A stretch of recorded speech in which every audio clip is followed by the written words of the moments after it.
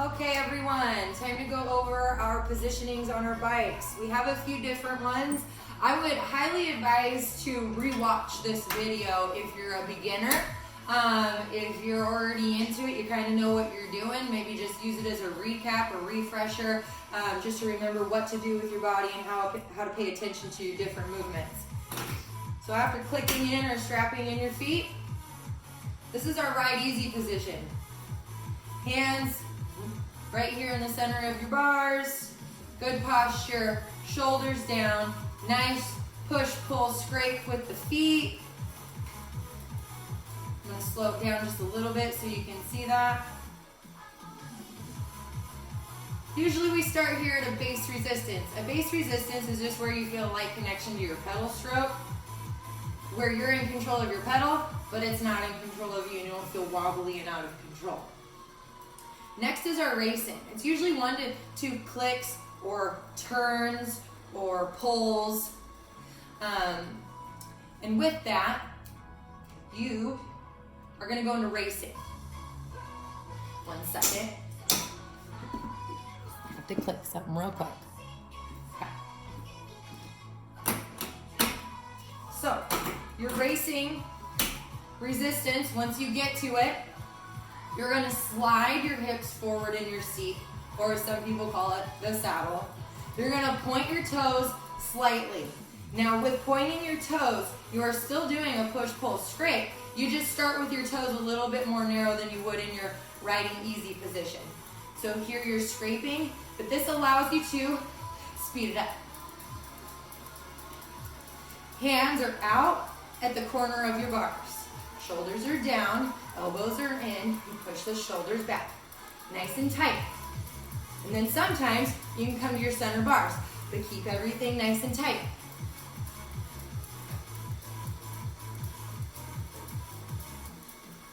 That's our racing. Let your legs slow, keep your gear. I'm gonna show you our seated power climbs. Seated power climbs, hips are all the way back in your seat or saddle. And with this motion, you're gonna add heavier gears. Your legs are gonna slow, and that is the point. You're working your hamstrings here, glutes, calves. So with this one, pay close attention to my foot. Push, scrape. Try to keep your upper body very still. Now, sometimes I like to place my hands here so that I don't try to grab my bar and fall into my bars. However, if you want to grab here, you can do that too, but remember to keep your elbows in, your shoulders down. Sometimes you can even come a little lower here. You can fire up all different parts of your glute muscle with this one. I love it. Couple clicks back or turns. Some people have a turn knob. Some people have a lever. I have a lever here.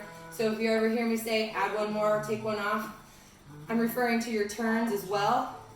You can do half turns or full turns, whatever you feel comfortable with.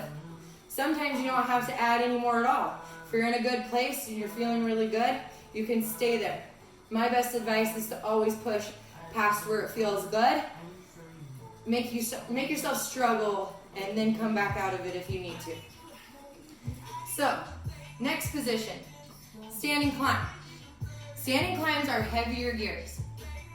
It's really important to keep your butt over your saddle, almost like you're in a squat. Still paying attention to that motion with your foot and your ankle, that push, pull, scrape. I'm gonna add more and slow it down a little. Now the great thing with standing climbs is you can work your abs really well with this one. If you've got bars that allow you to experiment with them, do that. But always remember, elbows in, shoulders down, flat back. You can grab here and here and squeeze.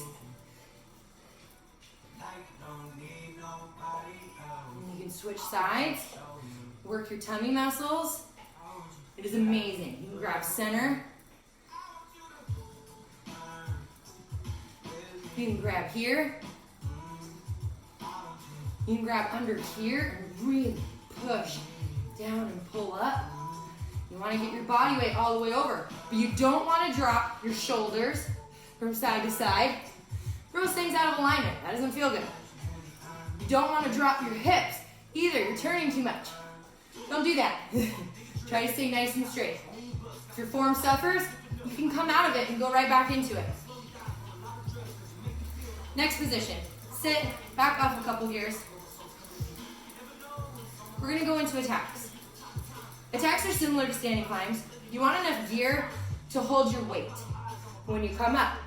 Except instead of being over your saddle, you're closer to your bars. You want to get your knees or your thighs, depending on where your bars are at, up to the bar. The goal, think high knees. My head might come out of the frame just a little bit. Bear with me. Pull up. And these, you want to be fast sometimes. Sometimes we go slower and we'll add a little bit more. So let's do that. And when you do that, you point your toes, kind of like racing, but you still scrape up. And when you do that, you're gonna fire up your quads. You're also gonna fire up these lower tummy muscles, especially if you really try to get them up there. Okay, now slow it down. Back off a couple of gears. Those are our attacks. So pay attention to my verbal cues when I say power climbs, standing climbs, and attacks. So we've got two more positions. So one of them is when we're in standing climb or attack. Sometimes you'll hear me say, push it back. This is pushbacks. Elbows are in.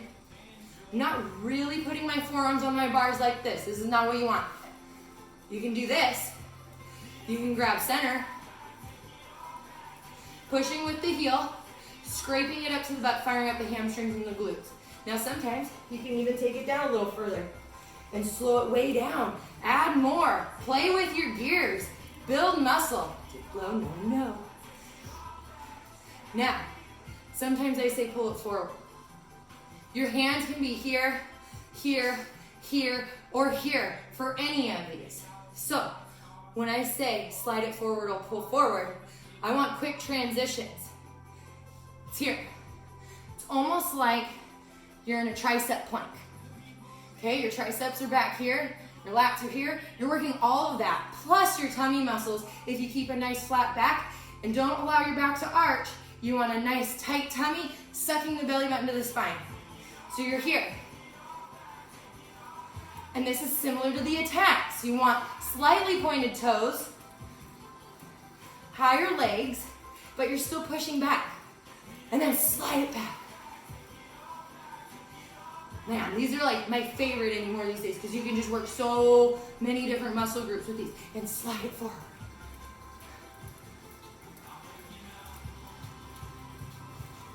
And sit. So, you have your right easy, okay? And hips forward, toes pointed for racing. Hands in the same position. Scoot it back, your butt back, all the way in the saddle. Add more for your power climbs. And add more for your standing climbs.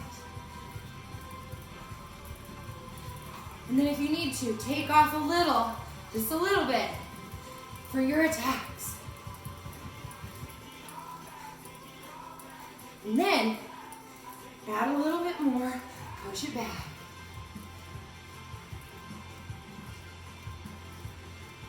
Slide it forward.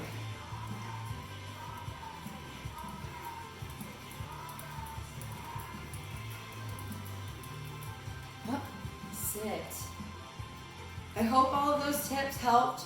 I highly suggest not wearing makeup for workouts. You're gonna sweat a lot.